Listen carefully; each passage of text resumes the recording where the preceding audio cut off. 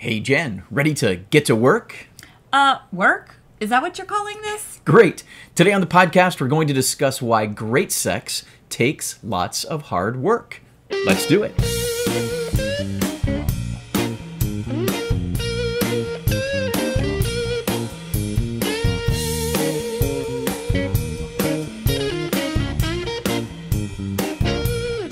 Welcome to the Intimate Covenant podcast, where we believe the Bible and great married sex both belong on your kitchen table. That's right, we're talking about holy, covenant-bound, intimate relationships with hot sex. We're Matt and Jen, founders of Intimate Covenant. We offer biblical teaching and resources to help married couples achieve a fuller relationship and an extraordinary sex life. For more information, visit our website, intimatecovenant.com. Welcome, friends. Welcome. Thanks for joining us. Here we are again, and we are in full retreat mode. This is the week.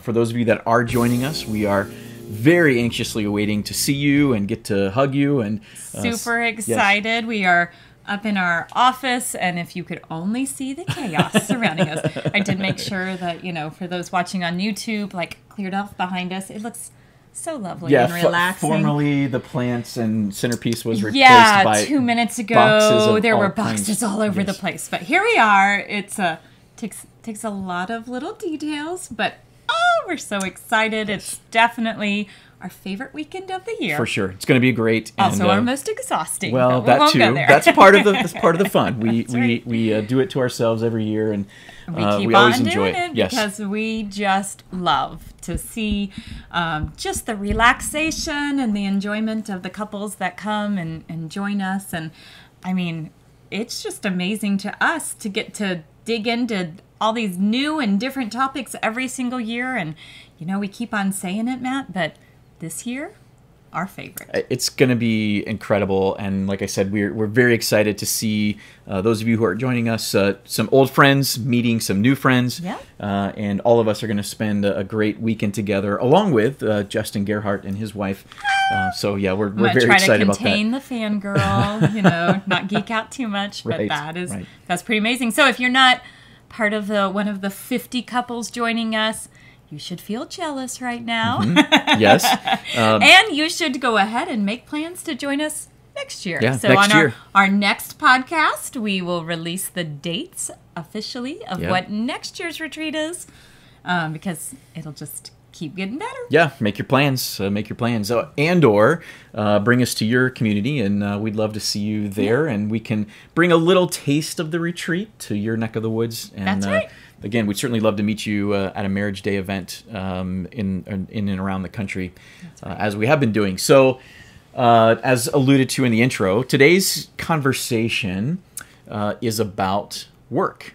Yeah. Specifically, I think today... Appropriate, because of all the work we've been doing. There has been some work involved, but today on the podcast, really what we're getting at is that we're talking about the fact that we are not naturally good at sex. I think many of us thought that we were supposed to be able to figure this stuff out on our honeymoon, right? That, especially if you were raised at all with understanding of safe sex for marriage, you think, okay, now that we can have sex, we're going to figure that out, and it's going to be incredible, and we're going to have incredible sex for the next 50 years from the first night on. Right, and if I just save myself for marriage, or if I just find that perfect someone, that everything will be so amazing, and there'll be a blissful honeymoon, and we'll just keep going, and it'll be all great. Or at the very least, we at least thought that sex would be so much easier than what it has turned out to be.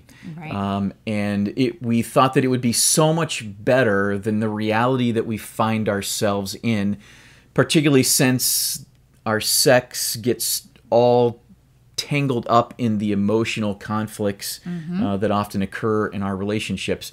Right. I mean, turns out if you've been married more than 5 minutes, you realize that maintaining a passionate and meaningful sex life is hard work. It is hard work. That's exactly right. But you know what is not hard work, Matt? What's not hard work? calling Derek at Open Door Financial Advisors. Do you like how I slipped that in Well there? done. Well done.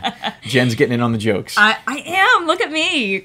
No, it is not hard to give Derek a call. Just one phone call, one email, one click of a website will get you the help that you need. Derek is so good at helping his clients solve financial problems and build a future around their values and their dreams. So, whatever your problems are, or maybe just you don't have problems, but you need to just work on the maintaining. Maybe you just have success. money pouring out of your pockets and you could just be need to that. know what to do with it. That's right. Derek is your man. It is not hard to give Derek a call. He is there to help you with all of your financial needs, from, estate management to just learning how to handle your finances, how to paying off debt, whatever. Yes. Yeah, whatever it might be. Whatever your money touches in your life, Derek can give you expert and personalized advice about how to handle that. In particular, from the perspective of how to do so in a way that is God honoring, in a way that prioritizes your family, your faith, and your eternal goals. That's right. That's what Derek is there for. Find Derek and Open Door Financial Advisors at opendoorfa.com, where finances meet faith and family. Right. So, Matt, I think, a quote that really sums up this whole topic by Sue Johansson says, "Sex is perfectly natural, but not naturally perfect." And I love that quote. I feel like that really captures the essence of today's episode, right? Right. We think sex is natural, right? In a physical sense, our bodies are created to come together, male and female. And because of that, we think that it'll all just work out. We'll figure it out. But as her quote is saying, it isn't actually perfectly natural, right? It's perfectly natural, but it doesn't get perfected on its own without any kind of input into that system. I think it's both a combination of arrogance, perhaps, and also and adding to that some ignorance that leads us to this misconception that we are or that we should be naturally good at sex. Yeah. Because we aren't. No. Particularly if we have not had any kind of specific training. And many of us, and we've talked about this in episodes in the past, many of us have a background where our sexual education and our sexual experience is quite limited, particularly when we get married, when we are first married. We don't know what we're doing. Right, and that's by God's design. That's not wrong. That's not wrong, but we haven't had any instruction to really help guide us. We don't have mentors in this realm, and so many of us just simply don't know what we're doing. We do what we think we should be doing because we've seen some stuff on TV, or we've read it in magazines, or we've watched porn, God forbid. But whatever it is, we've heard the conversations in the locker rooms, or from our girlfriends, or wherever it might be. We have all of these resources. And many of those resources maybe are not all that good, right. Maybe not all that helpful. But, right. The desire might come naturally. We probably have some desire to have a great sexual relationship, and our basic, anatomic and physiologic functions work. But truly becoming good at sexual intimacy is not just a natural occurrence. It doesn't happen on its own.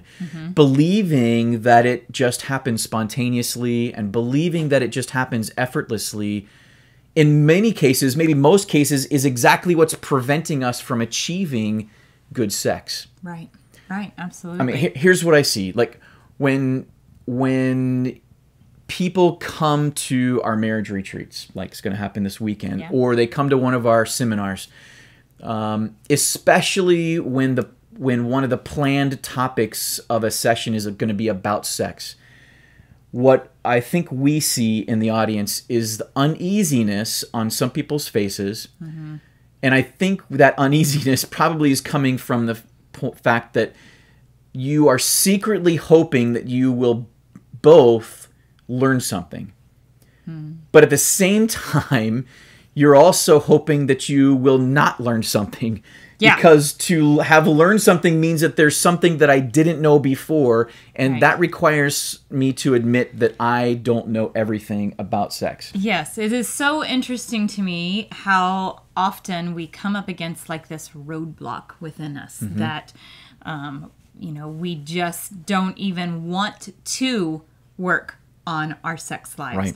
Right. We understand, we have kind of a basic understanding of, yes, sex is what married people do. God created sex in some form or fashion, we often cloak that with a whole lot of shame. Right. Definitely cloak that with a whole lot of silence. And then we just think that the answer, we maybe don't really enjoy sex. We maybe have a sense of we probably could do this better.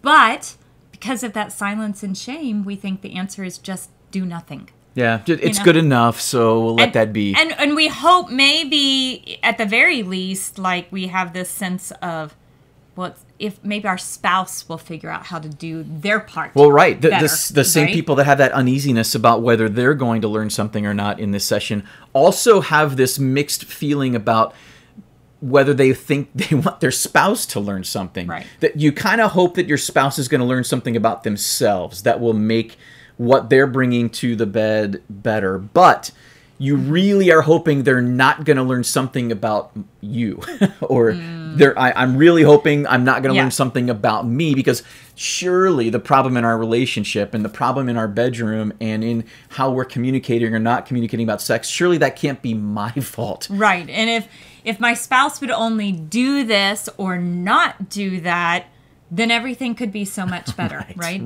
These are the misconceptions that we approach our sex life with. But great sex, just like any other mastery, whether it's cooking or gardening or painting or whatever it is, great sex, just like any other mastery, is the product only of consistent and intentional work over time. Right. And so I think that means that we have to start by first recognizing that, we have some ignorance in this, right? And there are things that we just don't know. Right. And again, I think that is by God's design. I mean, you shouldn't enter into marriage already knowing everything there is to know about sex, right? Like that's maybe something is not quite right there. So yeah, we should enter in with a sense of like, we've got, Lord willing, a lifetime to figure this out, but we should have a desire to improve, because we have that ability, but so many of us allow ourselves to just get stuck. We just don't really want to confront the fact that there is something more to learn, and there's something more to learn about myself. That it's not just my spouse's fault. Whatever my sex problem is, and that whether that's we don't have enough sex, we have too much sex, one of us wants it more, one of us wants it less. We think that the problem is our spouse. If only their desire for sex would change. If only their desire for how we do it would change in some way. We just want to blame it on our spouse. But often, your lack of accountability, motivation, communication, and skill are all part of the problem. Yeah, it's definitely all part of it. It's not your spouse's job to make it better for you. You've got to take ownership of what you want. Because if you're waiting for your spouse to make this better, there's a good chance that is not going to happen. And frankly, you don't have control over that anyway. No. And so whether you're a pursuer or a responder, it is your job to make your sex life better. And, the saying is, if nothing changes, nothing changes.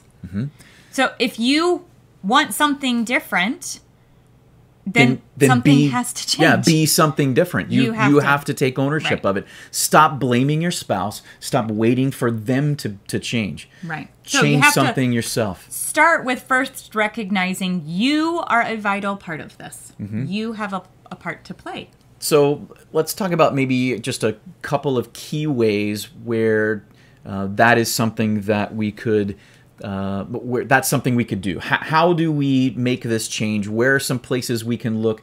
What are some things that we could do? What are some attitudes that we could change? And specifically, one of those attitudes that has to change in a lot of cases is, I would beg you to choose one partner. Yes. Yes. Doesn't that feel like something that we don't need to say on this podcast for married people? You would think. I mean, the aim of our podcast, of course, is married couples with Christian values and who believe in a biblical perspective of sex. But let me just say... so on the surface, they look like they have chosen one partner. Sure, right. But I would say that there are many married people, even Christian married people, that are distracted by others, whether they are real or whether they are fictional. And that would include, of course, pornography. And yes, if you're looking at pornography, if you're using pornography, I'm calling you out. Yeah. You are not committed to one spouse. You have not chosen one partner. If that's the case. That's right. But porn comes in a lot of different ways in a lot of different places these days. You can find porn on Hulu or Netflix, on TV, in movies. In books. But you can also, books. You can also be distracted by coworkers. Are you sexually distracted by your coworkers because you just simply let your mind go wherever it pleases? Are you distracted by unrealistic ideals? Do you have an expectation of your spouse that is unrealistic, and therefore you are not striving after your spouse, you're striving after a version of your spouse that is not realistic or healthy or helpful? Right. And so choose one partner, choose the partner that you have chosen, choose that partner as they are today. Now, we obviously all want to grow in who we are as people and our health as individuals, both emotionally and physically and spiritually. But you have to start by choosing the partner that you're waking up beside today. Yeah, choose them today and choose them every moment of every day. Right. Now, there's nothing wrong with motivating your spouse towards something that is better, and hopefully you are not afraid to be motivated and be held accountable by your spouse. Right. But ultimately, I need to choose them as they are today. Choose them and pursue them. Your spouse must be your standard of beauty. Your spouse, if you're a wife, must be your standard of masculinity. Your spouse must be the only object of your desire, whatever that is. And so carefully guard your heart against any outside source that might be trying to reform your standard of beauty. Learn to see your spouse as that standard of masculinity and beauty, because it matters. And how you view your spouse in your heart completely affects your actions. So it has to start first with choosing your spouse. Absolutely. I would say once you've chosen your spouse, and obviously I think that's fundamental to all of this, if you want to make your sex life better, you're going to have to do some work to remove those other distractions. But I would encourage you to learn. And again, I think I don't want to give the wrong impression here with this podcast, and maybe some of the way that we've been speaking about this could be misinterpreted, that we're encouraging you that to improve your sex life, you've got to do some new and crazy things. We're not asking you to learn about necessarily even new sex techniques. What we're asking you to do is to learn your spouse. Yes. But sometimes other resources and outside sources can be helpful to reframe the way that you think about sex, reframe how you pursue it, how you perceive it, and it can also be helpful to reframe your relationship as a whole. Right. And I think, thinking about this from the pursuer-responder type dynamic, for a responder, it is vital that you learn that sex is for you. And you embrace that you have a role to play in this, and that there are great benefits to a great sex life for you. Right. Sex is not just something you give into. Sex is not just something that, it'll be a ho-hum sex life and that's okay. You have to be willing to learn about yourself, to challenge yourself, to lean into the, why do I feel that way? If you have negative emotions about sex, don't just be okay with that. Why do I have those emotions? One place to start this process is we've just launched a brand new e-course. Yeah. You can go to our website, intimatecovenant.com/shop. And at that shop or /courses, you can find it either way. Our e-course, it's there. You'll find it if you search for it. But that is a place that you can begin that conversation both with yourself and with your spouse to learn. And the name of the course is what does sex mean to my spouse? Right. So this is a great place to start learning. How is it that my spouse views sex? Now, the great thing about this e-course is that we start with first challenging you to understand, what do I think about sex? Yeah. And then move from there. Right. So Starts with my own, exploring my own attitudes about sex, and then hopefully being able to express that to my spouse and have them and hear my spouse explain their perspectives in sex and kind of what are the motivations that we each have. What are we looking for when we both come to the marriage bed? What are we looking for? How are we satisfied in our sexual relationship? And what are the rewards for each of us? Because it's different for each of absolutely. us. And so if you want to improve your sex life, but you don't want to talk about sex, it's not going to happen. It's not going to happen. Yeah. Because you have to be willing to listen to your spouse. You have to start the conversations. That alone is how you improve your sex life. It's not actually finding new positions. Yeah, it's not the Cosmo magazines, right? The real way in which you start changing your sex life is you start listening to your spouse, you start communicating. Don't assume that you know what your spouse actually wants. Yeah, I think a lot of pursuers are guilty of this, and they assume that they already know the best way to do this. They already assume they know what is best for their spouse. They think they know what is best for the relationship. And so pursuers miss this, I think, a lot. But I think responders miss this too, because they assume if I just do XYZ, my pursuer spouse will be satisfied. And they're not realizing that what the pursuer really wants is the heart connection. Yeah, that's a good point. I think sometimes we just miss each other. Yeah, like two ships. Too much assumptions. Yeah, two ships passing in the night. Communication. Not enough communication. There you go. For Somebody sure. should make that rhyme, make it sound a little bit better.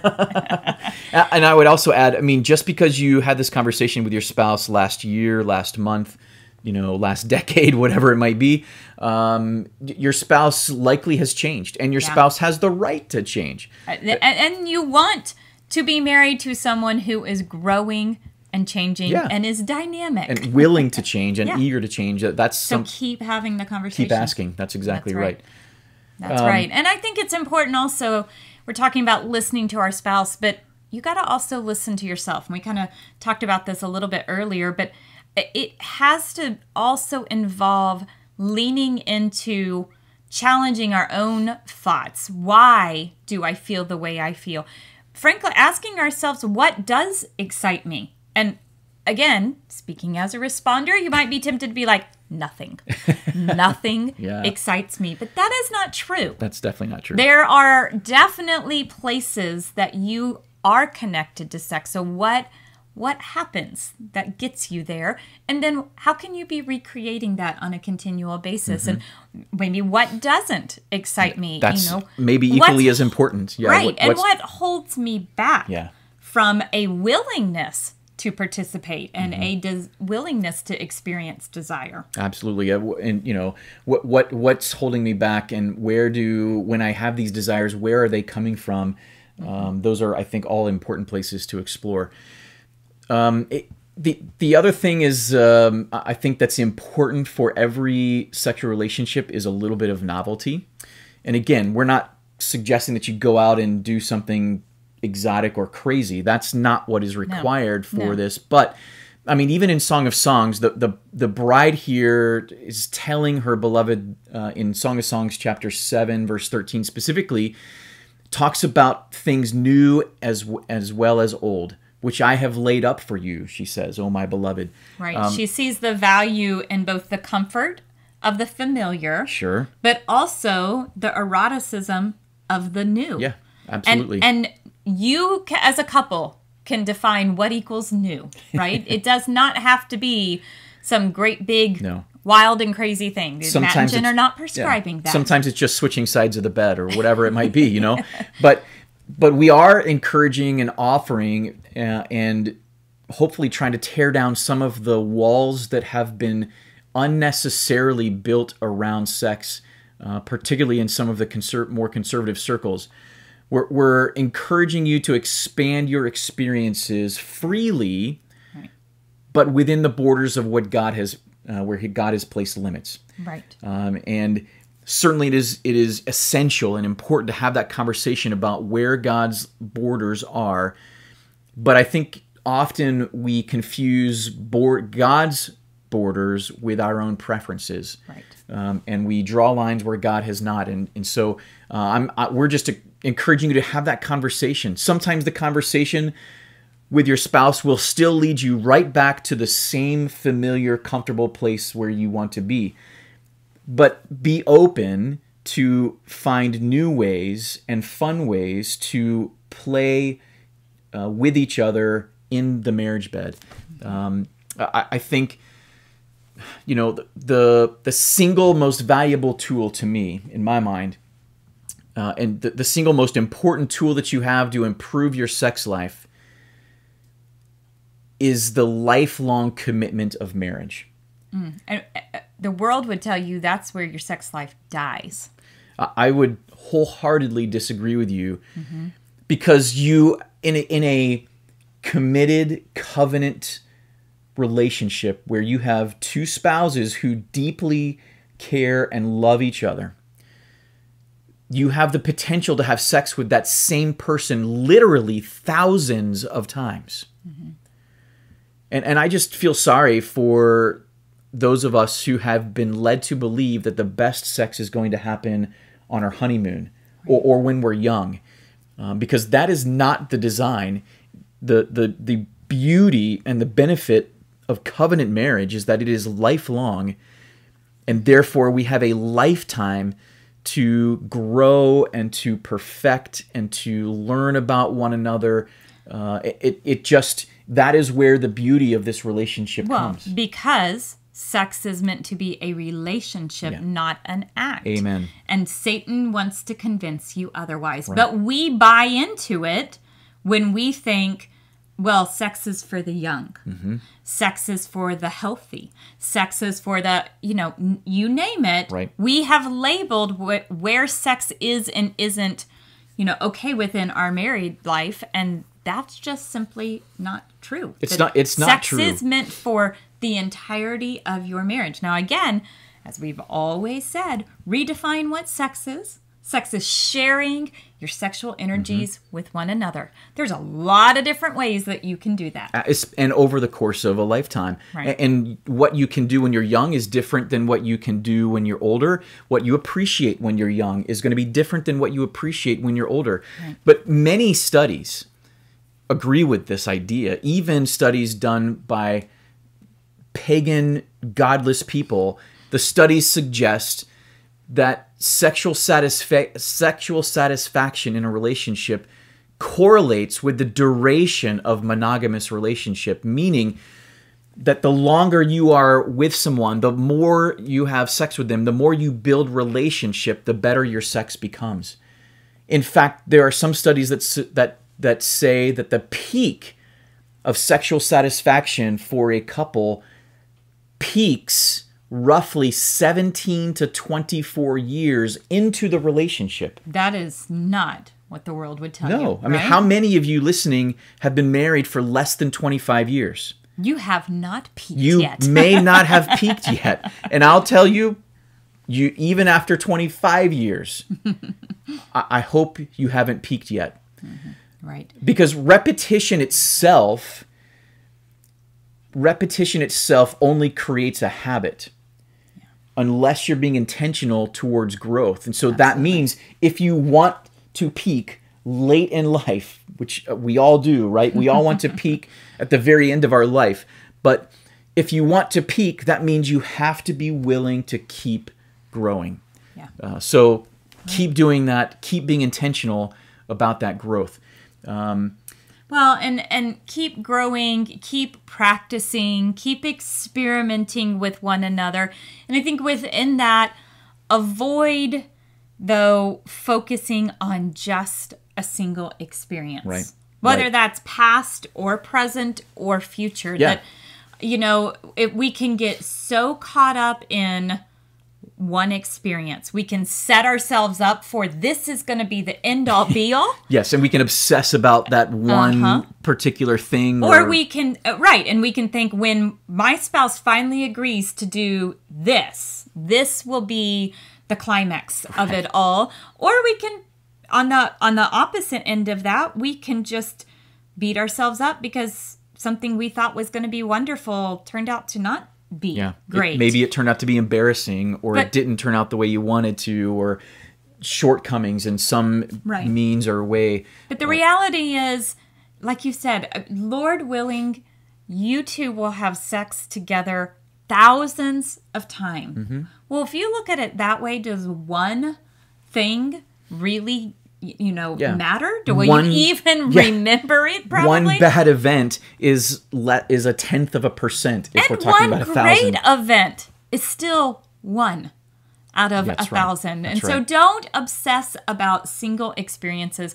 Set aside those expectations of, greatness. Yeah. And just learn to be present in the moment. Sometimes that means that all you can do is laugh and say, well, that's for somebody else to do. And try again later, maybe, or maybe not, whatever. But just learning to enjoy the feelings of that moment, being present in that moment. Be present there. Maximize those moments as an opportunity for connection. Well, and that is the key to it all, is that you have to see that the gift being offered to you in that moment is not some amazing position. It is your spouse showing up and wanting to connect with you. And so seek that with one another and serve each other enthusiastically by giving each other the gift of connection. Because ultimately, that's our goal. That's always what it should be about. It's not about the act. It's not about this one great position or thing or means or ways. It is about the connection and pursuing that every time. That's right. And so when we focus on sex as just an act, as just a thing that two bodies do, we miss it. Sex is meant to be a lifetime of relationship together. It is meant to be a place of connection with one another that we can't achieve any other way.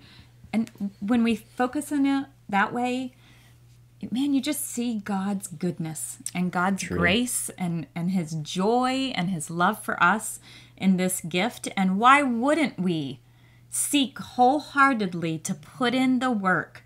We don't come to God with just, hey, I'm good enough. You happy with that? Why do we come to our spouse that way? Yeah, that's a good point. That's a great point, actually.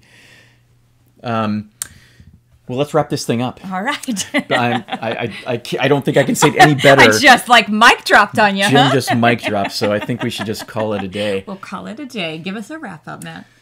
Believing that great sex just occurs spontaneously and effortlessly is what is actually preventing us from achieving great sex.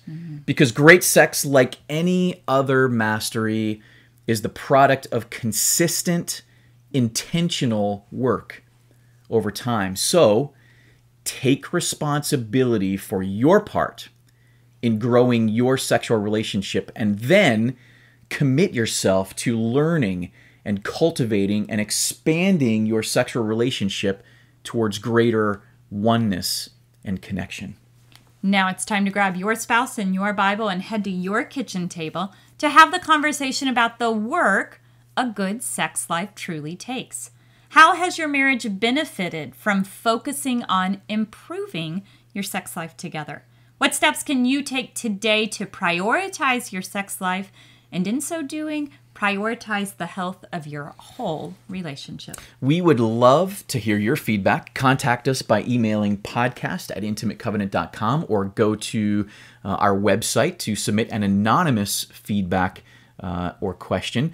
Go to intimatecovenant.com/podcast and click on the button Contact the Podcast for an anonymous submission form.